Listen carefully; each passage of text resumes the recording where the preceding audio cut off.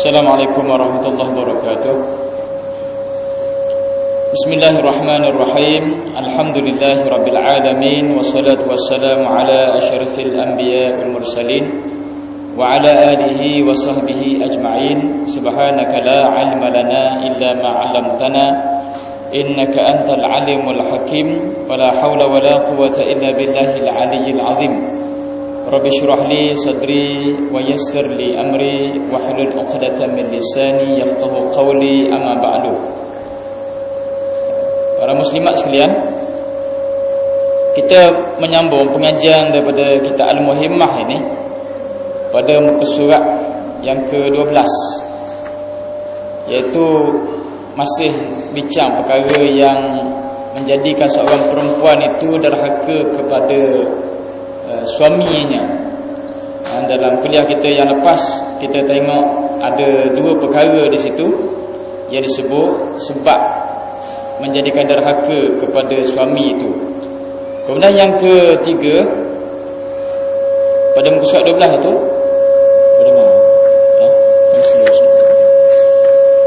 yang ketiga, dan derhaka pula sebab menyelak ataupun mengunci ia akan pintu ketika menghendak masuk suaminya kepadanya. Itu yang ketiga. Suami dia nak masuk tapi dia selak ataupun dia kunci pintu. Baik, perkara yang ketiga ni dia sebut dalam kitab Al-Muhimmah ini. Dan derhaka pula sebab menyelak atau mengunci ia, isteri itu akan pintu ketika menghendak masuk suaminya kepadanya. Start baca kitab ni, start baca kitab Al-Muhimmah ni, buka-buka je derhaka selalu dah. Tak ada benda lagi, tak ada cakap cerita hal lain, pasal suami, pasal isteri, tanggungjawab, hak apa semua. Buka kitab ni terus dia kata dan derhaka pula. Jadi maksudnya apa kita sebut itu, asal rumah tangga ni ialah baik kan? Asal rumah tangga baik, suami baik kepada isteri, isteri baik kepada suami. Itu hak asalnya.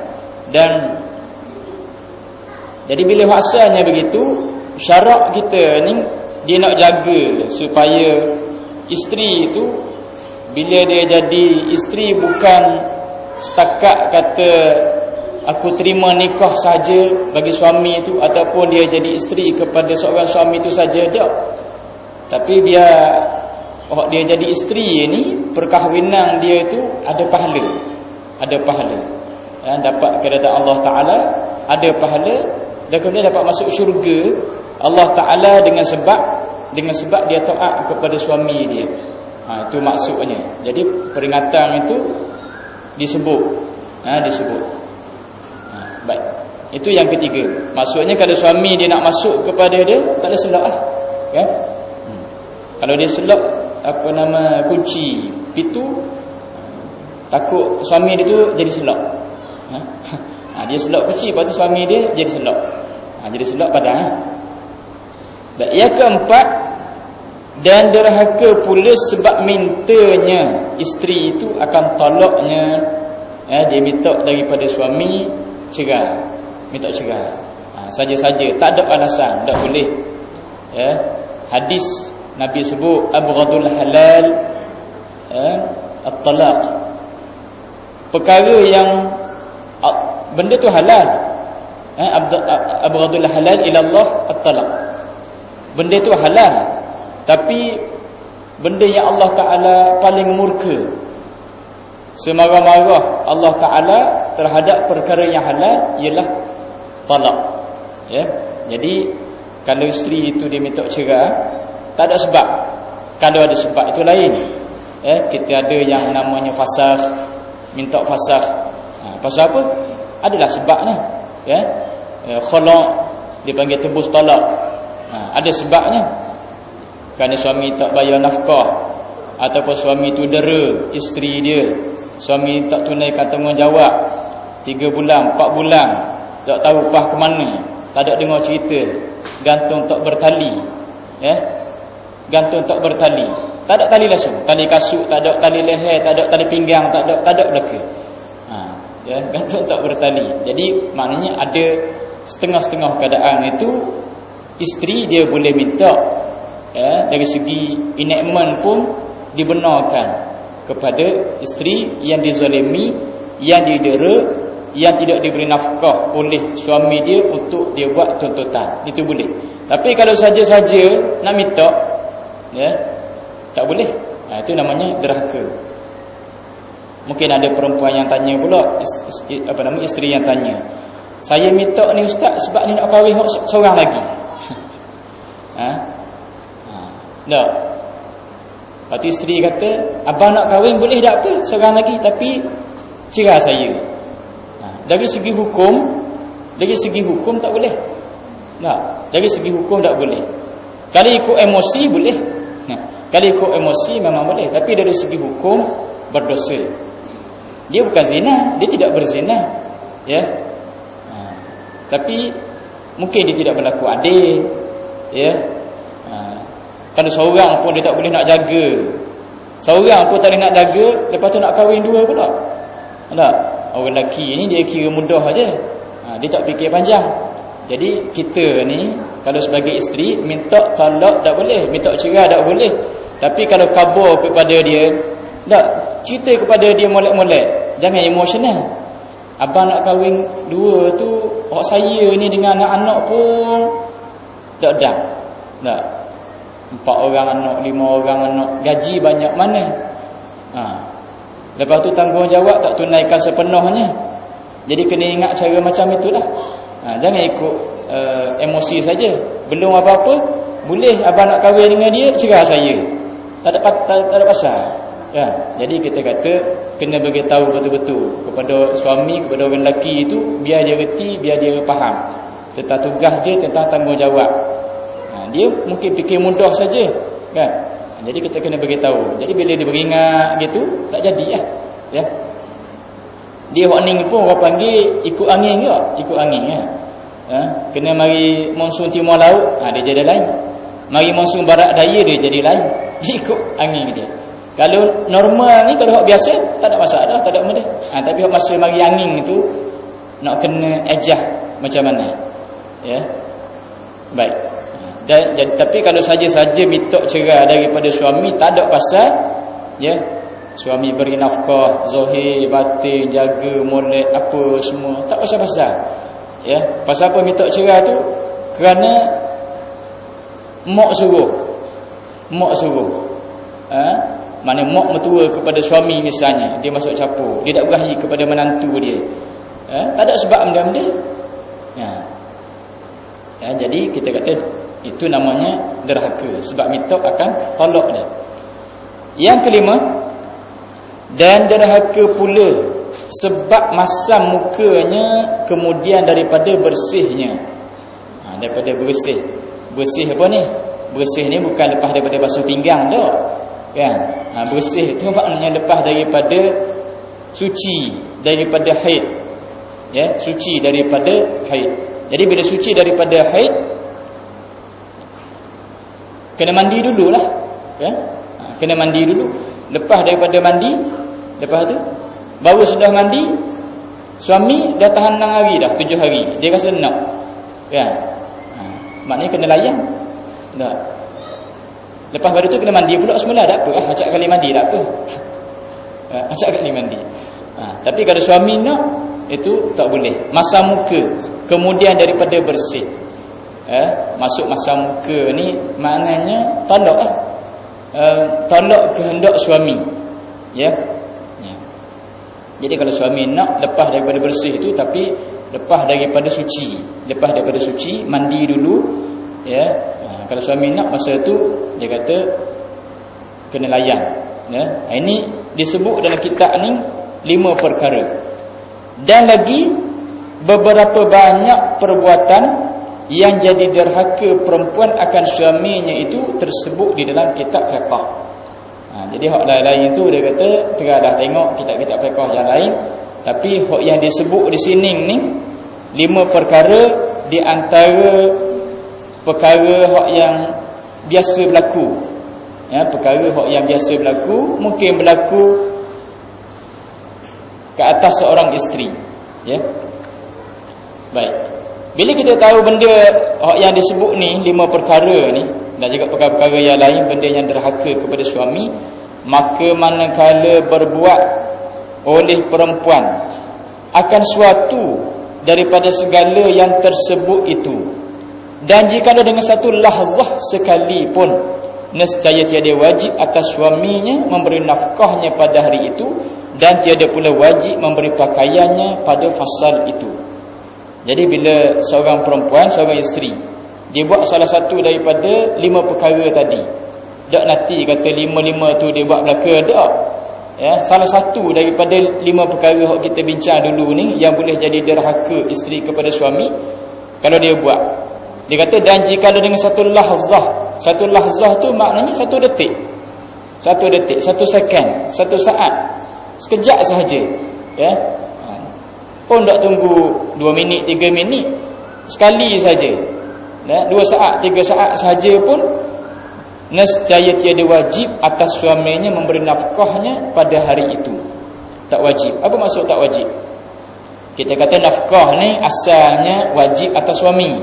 Suami wajib beri nafkah zahir batin kepada isteri dia. Bila kita kata wajib, bila dia tak buat, berdosa. Bila dia tak beri, berdosa. Sekarang ni bila isteri derhaka, bila derhaka tu orang panggil nusyus. Bila nusyus, jadi gugur nafkah isteri pada hari itu. Jadi kalau dia tak bagi makan pun tak apa. Nah, isteri pun jawab, apa tak bagi makan pun tak apa, saya piti saya ada. Nah, dia jawab pula. Yalah, bolehlah makan, tapi kena baca hadis-hadis yang disebut bawah tu nanti. Ya, malaikat laknat. Melaknatlah oleh sesiapa yang melaknat. Jadi kita kata kahwin ni kita tak mau laknat, kita nak rahmat. Ya, kita nak rahmat. Jadi bila kita nak rahmat, maka kita kena ikutlah. Ya, ikut dalam perkara yang tidak bercanggah dengan syarak. Jikalau dengan satu lahzah sekalipun, dia kata 1 saat, 1 detik sekalipun, nescaya tiada wajib atas suaminya memberi nafkahnya pada hari itu. Tak masuklah kita hari itu. Ya, untuk nafkah hari itu tak wajib. Dan tiada pula wajib memberi pakaiannya pada fasal itu. Fasal ni dia terjemah daripada bahasa Arab, maksudnya musim. Fasal tu maknanya musim. Kita ni musim hujan, musim kemarau, tak rasa sangat pakaian tu serupa ya je. Tapi kalau setengah negara Arab ataupun negara barat ni, dia ada 4 musim. Jadi kalau musim sejuk wajib atas suami kena beli baju sejuk ke isteri dia. Kalau musim sejuk. Kalau musim panas, kena beli pakaian yang sesuai untuk musim panas. Ya, begitu. Tapi kita kata tadi, kalau Malaysia ni panas ke sejuk ke, pakaian sepasang je, tak ada lah beza benda sangat. Ya, hujan lebat macam mana sekalipun, musim tergujuh bulan 12, kalau orang lelaki pakai baju nipis macam ni pun tak apa. Tapi kalau yang turun salji, ya, memang 3 lapis, 4 lapis baju kena pakai. Jadi dia kata kalau isteri derhaka musim tu, jawab dia tak wajib beri pakaian untuk musim itu. Dan tiada pula wajib gilirannya. Ya, tak wajib pula giliran dia. Tetapi hukum perempuan yang demikian itu sebenarnya bahawa, jadi nak buat macam mana? Nafkah tak wajib, pakaian tak wajib, giliran tak wajib. Dia kata hukum perempuan yang demikian itu sebenarnya bahawa meninggalkan akan dia oleh suaminya pada tempat ketidurannya hingga balik daripada derhakanya itu kepada kebajikan taat pula, dan jika sampai beberapa tahun sekalipun. Ya. Jadi dia kata cara ajar adabnya ialah tinggal tempat tidur. Ya, tinggallah tempat tidur. Seorang tidur atas katil, seorang tidur bawah katil. Ataupun seorang tidur lambu, seorang tidur atas tikar. Katil tak pakai malam tu. Ya, jadi tinggal tempat tidur. Tujuan dia tu tinggal tempat tidur tu hingga balik daripada derhakanya itu kepada kebajikan taat, kan? Maknanya tujuan buat gitu tu supaya balik untuk taat saja, bukannya supaya jadi kohor renggang dak. Jadi maksudnya bila tidur tu jauh-jauh, kan? Malang kan mungkin teringatlah. Nah, mungkin teringat, ya. Begitu juga kalau dalam bab talak, dalam bab cerai misalnya, dibenarkan katalah cerai talak satu, ya. Marah macam mana tahu suami itu dia cerai bini dia talak satu. Tapi masih dalam adah raj'i. Bila adah raj'i itu lepas talak tu barangkali malam-malam biasa tidur dua orang, ini tidur seorang. Lepas tu teringat ya, tangan duk gitu atas dahi. Tak, tangan duk gitu atas dahi. Jadi dalam tempoh tu dia boleh tarik balik, dia boleh rojak balik kepada isteri dia. Itu yang dibenarkan. Jadi hak tidur malam tu pun begitulah juga. Jadi bila tidur asing tu mudah-mudahannya taat semula, ataupun hak rasa nak marah tadi tu, hak derhaka tadi tu, bila duk mikir balik masing-masing suami ke isteri ke, lepas tu boleh taat semula, ya. Dia kata dan jikalau sampai beberapa tahun sekali pun, ni kes yang ekstrim lah, ada orang radu sampai beberapa tahun beberapa tahun dah taat. Kalau jenis gini beberapa tahun dah taat ni, jawab dia biasanya suami lepas dah. Kalau bertahun-tahun dah taat, tu mungkin jarang-jarang berlaku lah, ya. Kok biasa berlaku barangkali sekali, dua kali, ya. Tapi kalau kes yang agak panjang tu, tinggal tempat tidur tak berubah juga, ya. Nusyus juga, lawang lagi, bukan setakat derhaka dak dengar kata, lawang pula, ya. Ambil asyik pula pergi sembah, ambil tali pinggang pula. Tali pinggang orang pakai kat tali pinggang, dia ambil tali pinggang pakai kat leher, belik kat leher. Jadi gitu pula. Itu dah kes berat dah, ya, kes berat. Kalau ni derhaka ni maknanya cuma tak dengar kata je, tak dengar kata, tak ikut kehendak sebagaimana suami itu bagi tahu. Itu je, ya. Baik. Dia kata dan telah melaknatkan akan perempuan yang derhaka itu oleh segala malaikat yang berbuat bakti yang tiada derhaka mereka itu kepada Allah Ta'ala sekejap mata jua pun.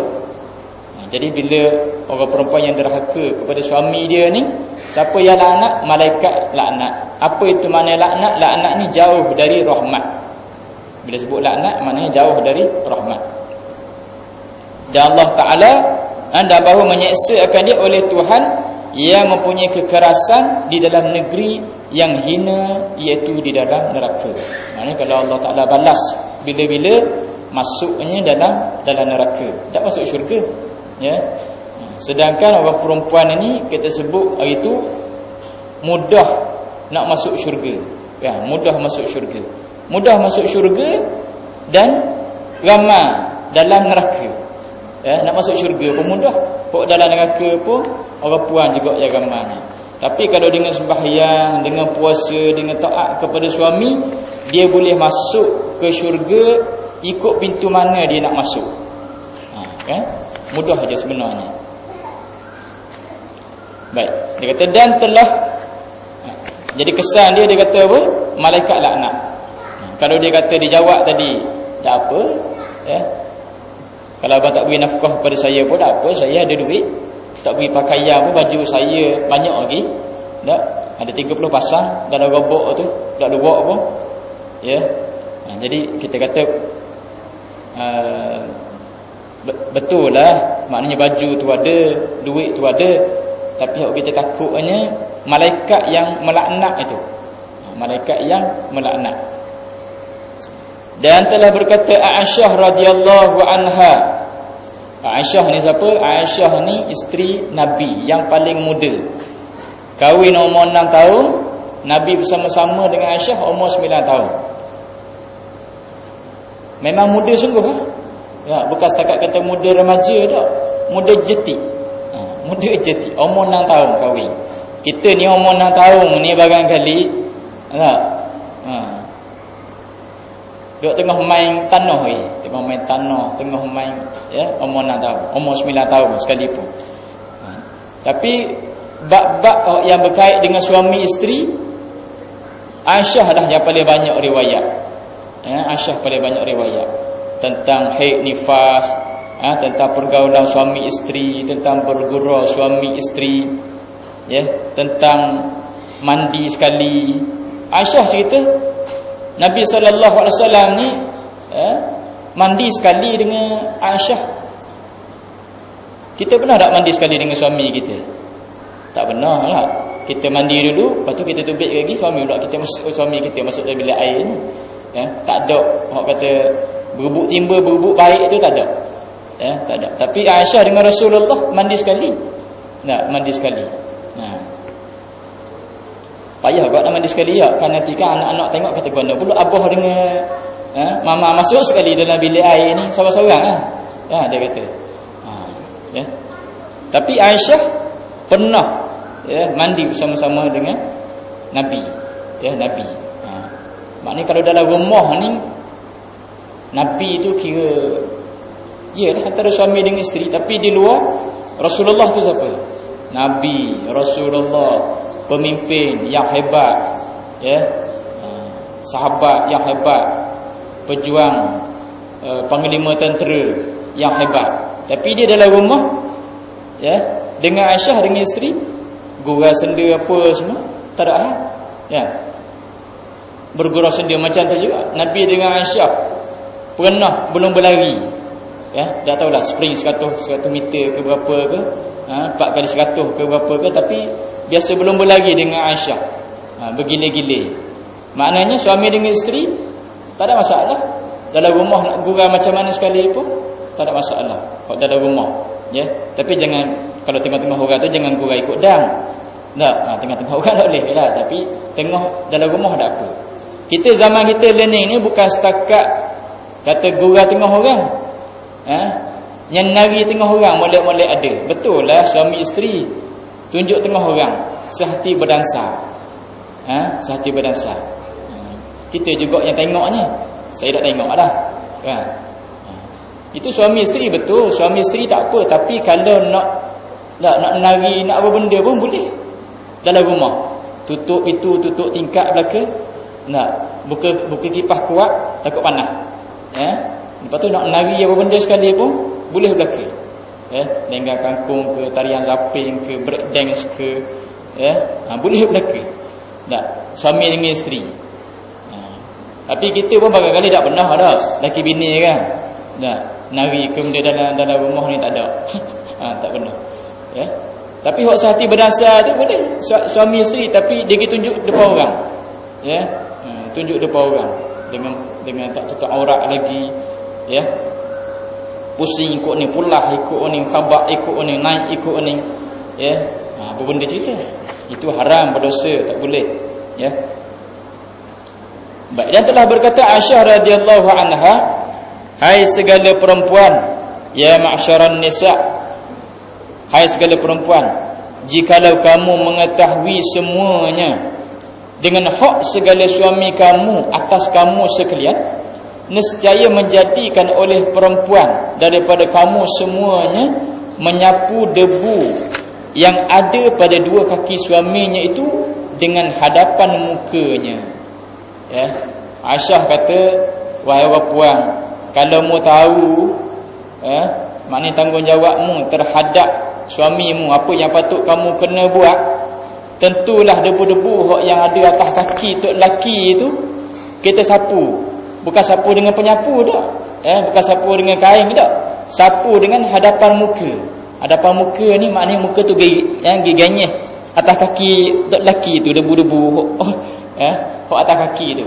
Kalaulah Aisyah kata kalau tahu hak suami atas kita, maknanya tanggungjawab kita kepada suami kita.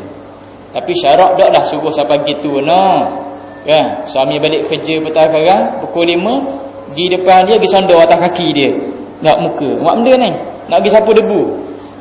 Ngaji kitab mana? Ngaji kitab muhimmah. Dengan ustaz mana? Ustaz ni. Sudahnya cari ustaz ni sudah. Ajaran dia ni ajaran sesat nama dia. Kita sapu debu dengan muka atas tapak kaki. Bukan gitu maksudnya. Ini orang panggil mubalarah. Mubalarah ni maksudnya kalau seorang perempuan, seorang isteri tu tahu tanggungjawab dia hak yang dia kena buat kepada suami dia, sampai gitulah. Tapi taklah syarak suruh kita buat macam tu, kan? Hak paling kurang pun macam kita sebut minggu lepas, apa? Kita kata kalau suami tu balik, hak yang kerja tu misalnya pukul 5 dia balik, dengar bunyi motor dia, dengar bunyi kereta dia, ya, bukalah pintu tu. Jangan ada selok lagi, kan? Nanti suami selok dua seorang. Ya, bukalah pintu. Lepas tu hak paling baik kalau air siap dah. Kan? Air siap dah macam hak ni siap air ni kan. Buat gitu. Dah, air siap dah. Mana dia masuk tu air ada dah segelas. Lepas tu kalau ikut zaman Fatimah tu watang sebelah kiri si. Nah. Waktu tu kira kelah habis tu. Ya. Kira habis kelah lah. Ya. Tapi paling tidak boleh buka pintu, buka siap pintu tu siap buka, lepas tu air pun siap dah, kan? Dia masuk je sedang molek. Masuk je lakah, kabah lalu. Bang, air ready dah tu. Kopi ready. Kopi ready. Biar tenaga dia segar-segar balik. Ya. Baru balik daripada pejabat. Daripada kerja. Dah pun air masuk segelas secawan. Tak apa dah. Air masuk bukan payah nak. Enggak. Gelas se, air se. Tak kena kaca-kaca pun. Tak ada kena kaca-kaca pun. Ya. Tapi orang panggil nilai tu nilai. Ya. Dia benda mudah sangat. Kalau setakat air masuk tuang dalam gelas ni bukannya payah mudah sangat. Tapi barangkali penilaian suami lain tak? Ya, macam kita sebut dulu kalau tak percaya cuba buat. Ya, cuba buat. Mesti dia tanya. Awak ni guna ni berubah dah ke? Ya. Berubah dah ke?